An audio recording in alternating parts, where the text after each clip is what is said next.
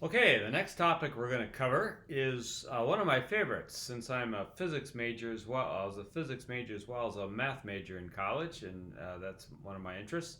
It's the topic of work. If you remember something you might have learned way back in junior high, you were told that work is equal to force times distance. I remember my sixth grade teacher putting a bunch of burly fellows up against a wall and having them push hard until they were sweating. And then he had kind of a slight gal take an eraser and lift it up. And the question was, which of those two did the most work? And the answer was the gal did, because she exerted a force on the eraser and actually moved it a certain distance, whereas those who were pushing against the wall exerted a heavy force, but it didn't move anything, and so they actually did no work from a physical point of view, even though they worked up a sweat. So that's the idea. So depending what units you have, this could be units of foot pounds, and this could be in feet, and then the amount of work is in I can't even remember, to be honest. That's the English system, and then the metric system is this is in newtons, and then this is in meters, and then this is in joules. Okay, joules are the units of work in the metric system. So let's work in that. That's a little more typical, common in physics at least. So let's take an example. Suppose, and by the way, this is always assuming that the force is in the same direction as you're moving it. Okay, so if, for example, I have some object here and I'm pulling it along the ground, then it's going to be the force that I exert times the distance that box travels. On the other hand, if I'm since a force is a vector quantity, if I'm pulling up like this, then the work is the force times the distance, and it's not the actual length of the force, size of the force, but it's the force in the direction that you're actually traveling. So if this angle is theta, it would be the length of the force, put absolute values around there to indicate the size of it, times the cosine of theta. That gives us the force in the direction of movement, and then you multiply that by the actual distance that you go from, say, there to there. That's the distance. Okay, so that's something, if I ever do a series in Calc 3, then we'll talk about that more and get into those things in detail. But for now, we're going to always assume that the force and the distance are in the same direction, that you're always pulling exactly in the direction you want the thing to go. Okay, so let's take as our first example that you say you have some sort of a building here with a pulley, and you want to lift a big bucket of cement. And say the bucket of cement weighs 180 newtons. 180 newtons, and you want to lift it a total of 15 meters. Then how much work does it take to do it? Well, it's easy enough to use the formula. The work is just going to be, in this case, 15. Well, let's take the force first. It's going to be the force times the distance, which in this case is going to be 180 times 15, which is, I think, 2,700, or 270 rather, 270 joules. Okay, so let me see. No, 2,700. I need one more zero there. right? 1.5 times this would be 270, but it's 15 times that is 2,700 joules. Okay, so there it is. So that was easy enough. But before we go on to a more complicated problem, let me just show you how we could have thought of this a little differently. I could have thought of this as this axis here being the distance that you cover, and over that distance, this is the force that's always being exerted. So over a distance from 0 to 15, you are always exerting a force of 180. And so for every bit of distance, this is our force. And so what we were doing when we found this to be 2,700 was we were finding the area underneath this curve.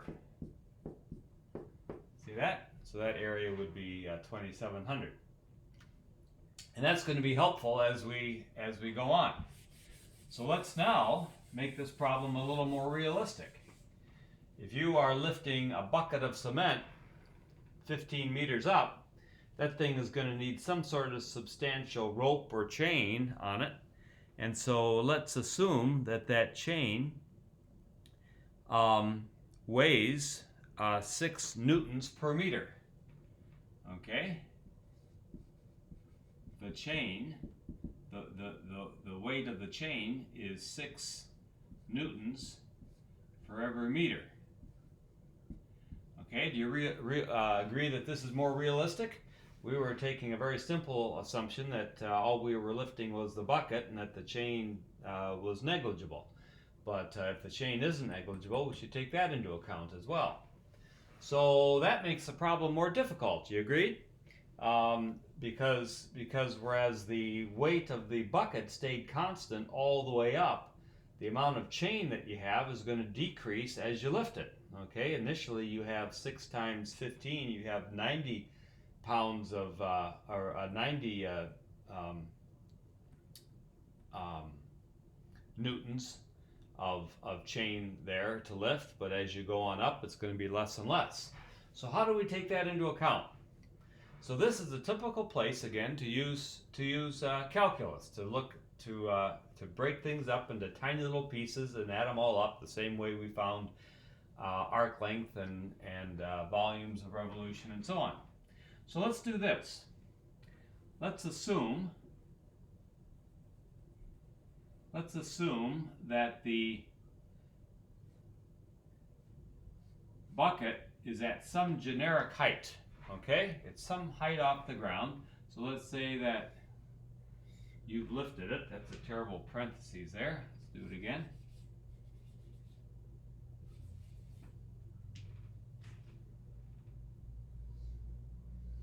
There you go. Let's say it's lifted X meters off the ground. This thing, of course, still weighs 180 right there. And let's ask, what is the amount of work it's going to take to lift this thing just a tiny little, bit, just a little bit, from here to here, a little dx. Okay, now notice that I'm going to start using dx's rather than delta x's. At this point, I'm going to jump right into just thinking of this as a little tiny infinitesimal distance, and what's the work it's going to take to lift this configuration just this little bit. So let's do it. Well, let's figure it out. This is your position, and you're lifting it just a tiny little bit.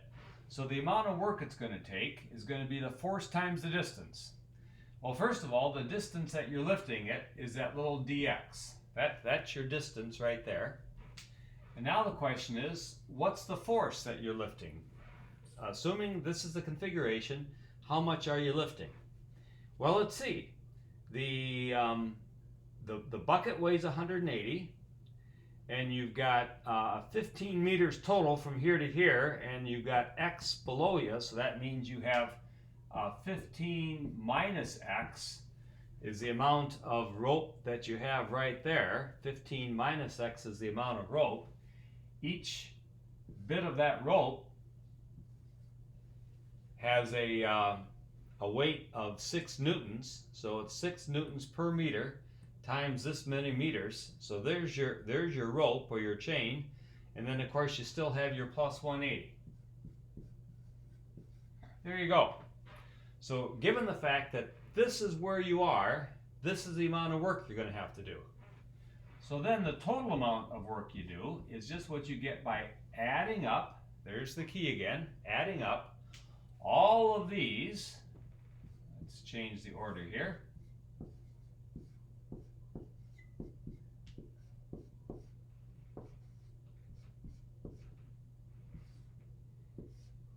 As x goes from where to where? As x starts at 0 and goes all the way up to 15, right? You're going to be adding up all these contributions as x starts at 0 and goes to 15. Let's see if I can find a little better marker here. See if this one works. There, that one looks good. Okay, so let's go ahead and do it. See what we get. So this is going to be 180 plus 6 times 15 is 90. 90 plus 180 is going to be 270.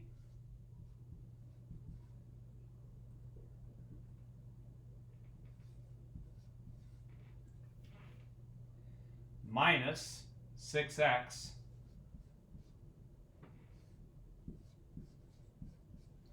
like so. And then we integrate that.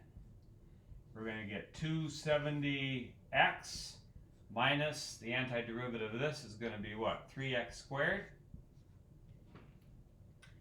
from 0 to 15.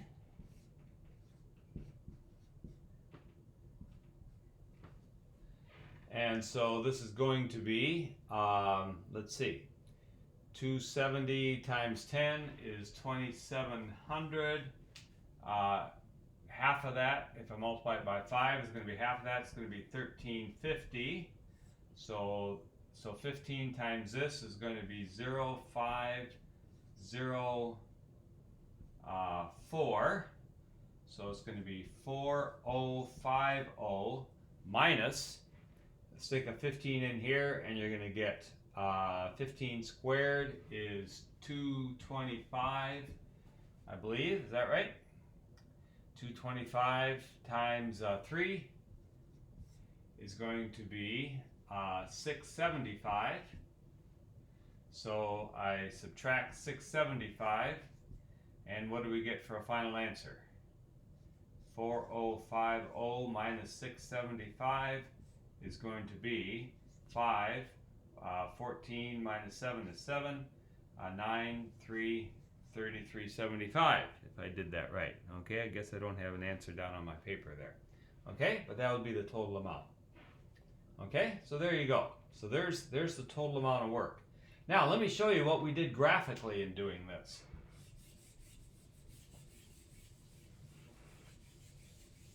Graphically, we kind of did the same thing as before. We basically just said, okay, here's the distance. The amount of work that you did, it now changes. It started at, this was 90, this was 270. Let's do one more thing here. 270 minus 6x. So what we basically had was, we had something which started at 270 right here. That's when we were lifting all the chain, and then by the time we got to 15 meters, there we are at 15. Now you're at 180. So this was at 180 right there.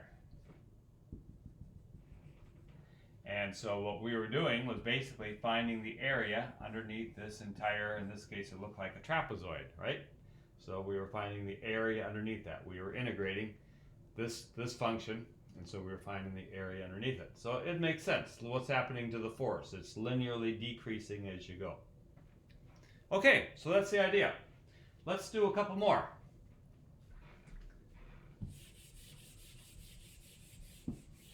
This next one is one of my favorite problems. It's named for the physicist Hooke. I think Hooke lived about the same time as Newton, if I'm not mistaken. Again, I should research that. But suppose you have a spring, and let's see, I'm going to get myself a really good marker here.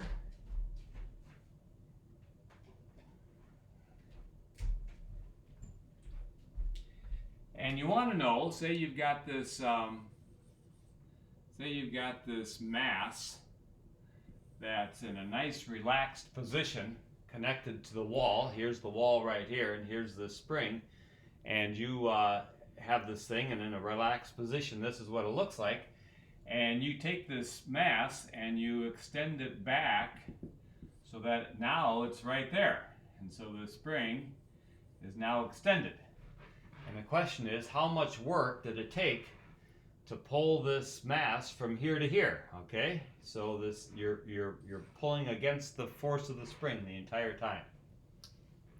Well, Hooke's law, found from just simple observation,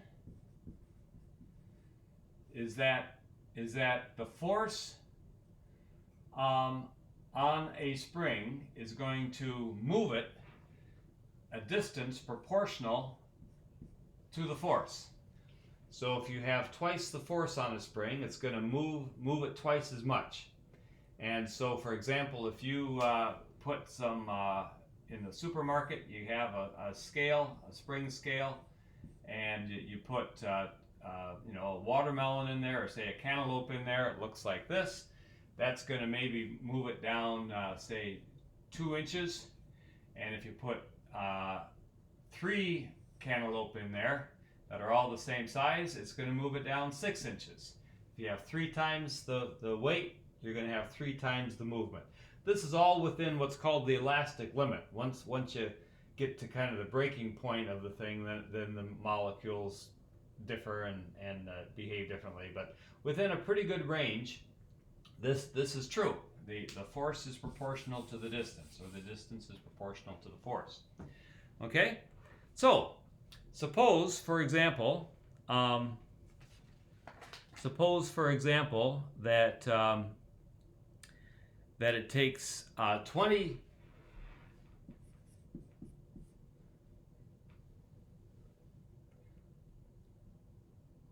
here. I'm going to change it. Suppose it takes, say, 200 joules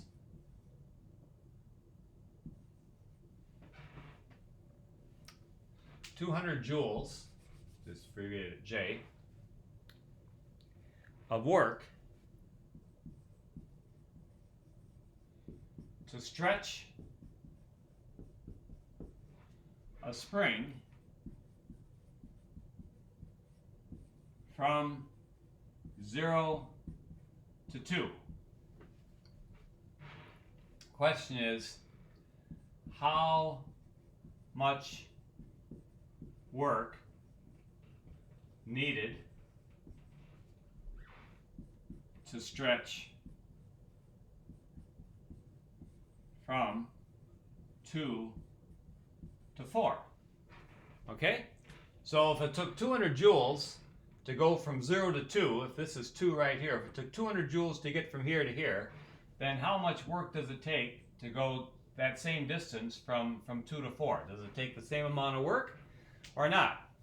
Okay, I like to ask this question of swimmers. A lot of times swimmers in college level especially, they'll have elastic bands tied to their waists, and then they have to swim across the pool. And as they swim farther from the edge of the pool, of course they have to keep swimming harder because that elastic band keeps pulling them farther and harder back. And the question I have for them is, what if they wanted to be part of a team? But it makes sense to say, well, let's team up. One person can swim from here to here, and then they give the band to the next person who swims from here to here. Have they both done the same amount of work or not? Well, let's check it out here. Let's see what we get. So, here's what we know. We know that the amount of work is going to be equal to the force times the little distance that you travel.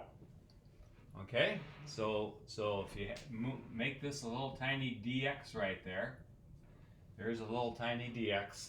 Then if you multiply the particular force at that point times that little dx, you'll get the amount of work. So that means then that the total amount of force, the total amount of work is what you get by adding up all of those forces from, in this case, 0 to 2. But by Hooke's law, the force at any point is just some constant times x. So by Hooke's law, this is just going to be, let's call it kx dx from 0 to 2. And what we're told is that the total amount of work in going from 0 to 2 is given by, it's equal to 200 meters, or 200 newtons. Let me get back here. Okay, still recording, good. Okay, so we know that that's 200. Okay, so can we find k? Let's see if we can find k from this. I think we can. What can we do here? We can factor the k out. We can factor the k out front, and we're left with the integral of x from 0 to 2, and that's going to be k times the antiderivative of x is 1/2 x squared from 0 to 2, and that's got to be 200. So if I stick a 2 in here, I'm going to get 4. 4 over 2 is 2. So that gives me that what did I say? 4 over 2 is 2. 2k is equal to 200. And so k is equal to 100. Okay, so k is equal to 100. So now that we know k, we can find, well, what's the work it took to go from, here's my k now, so it's going to be 100x dx. What's the work it takes to go from 0 to 2? I'm sorry, from 2 to 4.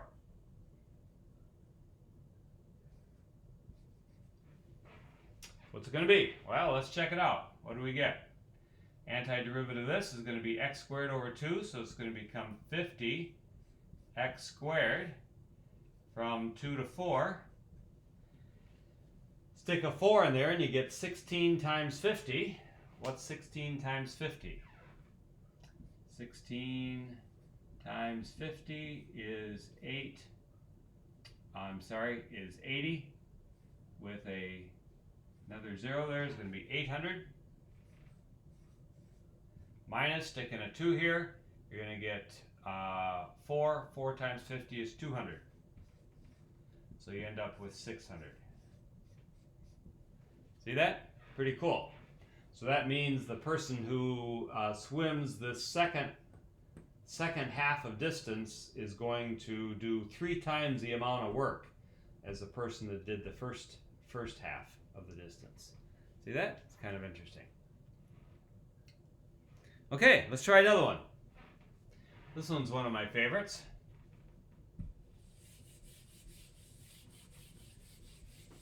Just because it has a little surprising information in it. Suppose you've got one of these above ground swimming pools.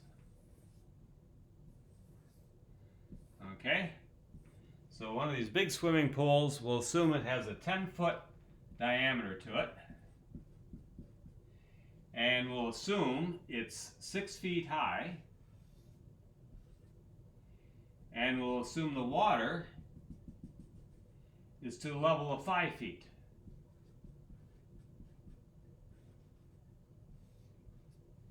Okay, so it's 6 feet to the top. And it has water in it to the level of 5 feet. And you want to empty the swimming pool. Okay, so you want to get all this water out over the top and down onto the ground. So you want to empty this thing. And the question is, how much work will it take to empty it? So basically, all this water is going to have to go from wherever it is up to the top, and once it's at the top, you can just drop it over the edge. So, how do we do this one? Let's see, what do we do here? Same as before, we start with the equation. Work is equal to force times distance, and so we're going to find out how much work does it take to do just a little bit, and then we're going to add all those contributions up. And what's the little bit that we're gonna look at first? We need a little bit of water, which is all the same height from the top. The water is all the same weight; it all weighs the same. But we need water which is all the same height from the top. So let's do this. Let's make ourselves a little sliver of water. By say a sliver, I mean a little disc of water. Okay, here's this little disc of water, which is all right there. So this is a little dx right there. Okay, it's a little disc, and you're going to take that disc of water and you're going to lift it all the way up to the top and out. Okay, so we need the force times the distance. Well, first of all, the distance that you're going to be, if this is x feet from the bottom of the pool right there, then the distance that you're going to be lifting it to the top is going to be what? If it's x feet from the bottom and it's 6 feet high, then the distance you have to lift it is going to be 6 minus x. Do you agree? That's going to be your distance. Okay? What's the force of that sliver of water? In other words, what's the weight of it? What force you're going to have, whatever the weight of that water is, that's how much force you're going to have to exert on it in order to lift it up to the top. So what's the weight of it? Well, to get the weight of it, we need the volume of it, and you multiply the volume by the density of the water. So first of all, the volume. So let's go down here. Let's go to the weight of water is going to be the volume times the density. And the volume is going to be, let's see, well, it's going to be the surface area, which is pi times the radius squared. There's the surface area, or I should say the area of the cross section, and we multiply that by our little dx. Okay, so there's the volume. Pi times the radius squared gives us the area of the circle. You multiply that by the thickness and you get the volume. So there's the volume, and that's going to be in units of cubic feet. Okay, in cubic feet. And now we need to multiply that by the weight of water in a cubic foot of water. What's the density of water? Do you happen to know? How much does a cubic foot of water weigh? What would you guess? Take a guess before I tell you. Okay, take a guess. I'm checking myself just because it's so surprising. It is, believe it or not, it's 62.5 pounds per cubic foot. That's kind of surprising, isn't it? Because you think of a gallon as being maybe a foot by a foot by a foot, but actually it's not even close. You can fit roughly, I think, around 7 gallons into a cubic foot, and each gallon weighs around 7 or 8 pounds. So by the time you do that multiplication, you're up there. So the point is, here is your weight. That's the weight that you're going to have to lift up this distance. So let's give ourselves a little more room here.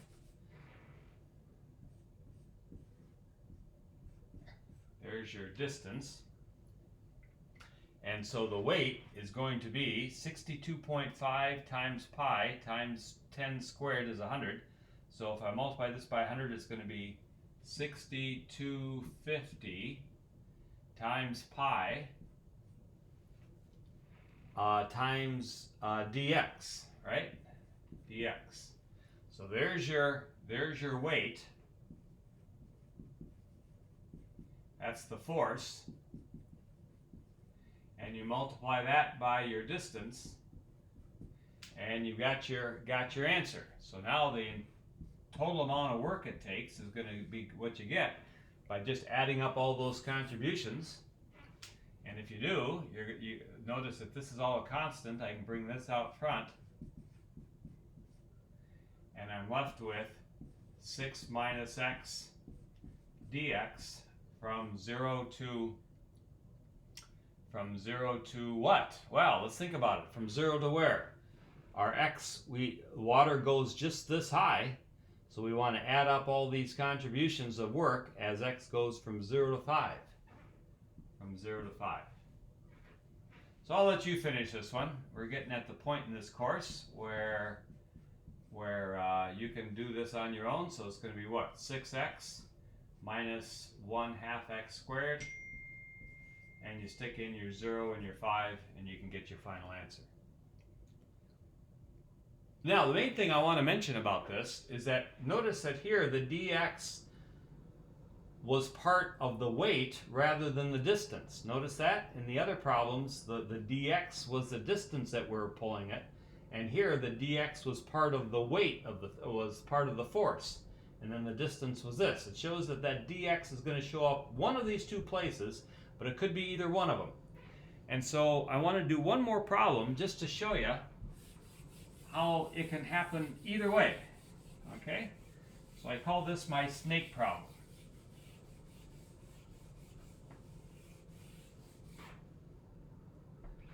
Okay?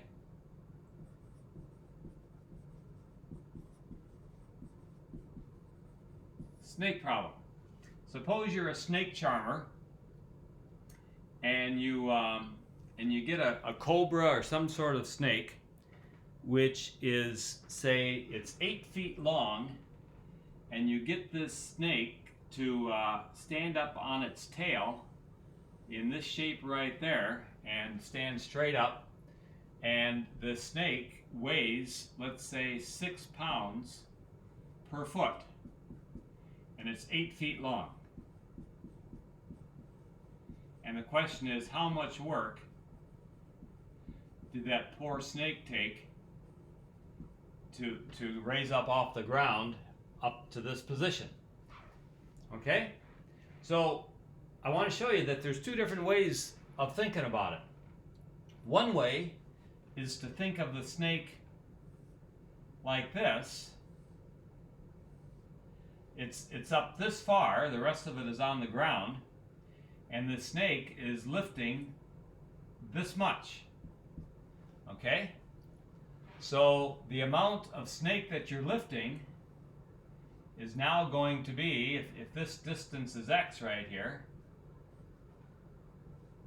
okay, if that distance is x, the weight of snake, the force that you're going to have to exert on this snake to lift it from here to here, is going to be, what is it? It's 6 pounds per foot times x feet.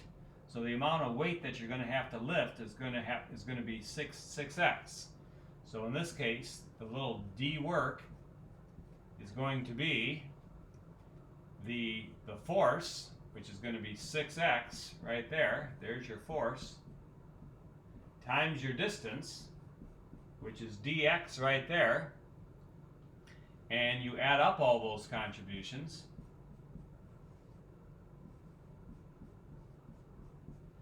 As x starts at 0 and goes all the way up to 8, there's how high you go. Your x is going to start at 0 and go up to 8. So you integrate it from 0 to 8, and what do you end up with? You're going to get what? 3x squared from 0 to 8. 8 squared is 64. 64 times 3 is 12. Carry the 1, 192. So it's going to be 192. I guess we're talking about pounds and feet here, so I guess it's foot-pounds. Foot-pounds of work. Okay, 192. So that's one way of doing it. Here's the other way of doing it. The other way of doing it is saying, okay, let's see, okay, if I were really sharp, I would have put this, instead of putting it right in the middle, I would have put it a little higher up. Maybe I can do it down here. Instead of this way, I'm going to think of it like this. I'm going to think of this snake as lying on the ground in little units, and what I'm going to do is I'm going to take each little unit and I'm going to lift it up and put it on the top of the snake so that I just keep lifting it each one higher and higher. Okay, it doesn't matter whether I pull the snake up from below or whether I cut it into little pieces and just pile them up like that. Okay, the snake might not be in as good of health if I do it this way, but heck, this is a mathematical snake, so I can do whatever I want to it. Okay, in that case, what would the work be?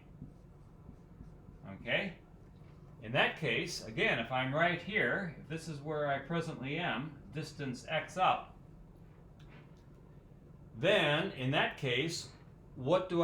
I say, well, I'm taking a little segment of snake here, and so I have the force times the distance. Okay, the distance that I lift this next little segment up is going to be a distance of x right there. And the amount of force, that is the amount of weight of this thing, is going to be 6. There's my density, 6 pounds per square foot, times the amount of square feet. I shouldn't say square feet, but linear feet, times the height of it. And the height of it is just going to be a little dx. See that? It's just a tiny little dx. It's a tiny little segment of the snake, and I'm going to lift that thing up. So in this case, I lift it up a distance of x, and the force is going to be 6 dx. Like that. So here's my force. Here's my distance. And again, I add all those contributions up from 0 up until I get to the very top of it, which is going to be 8.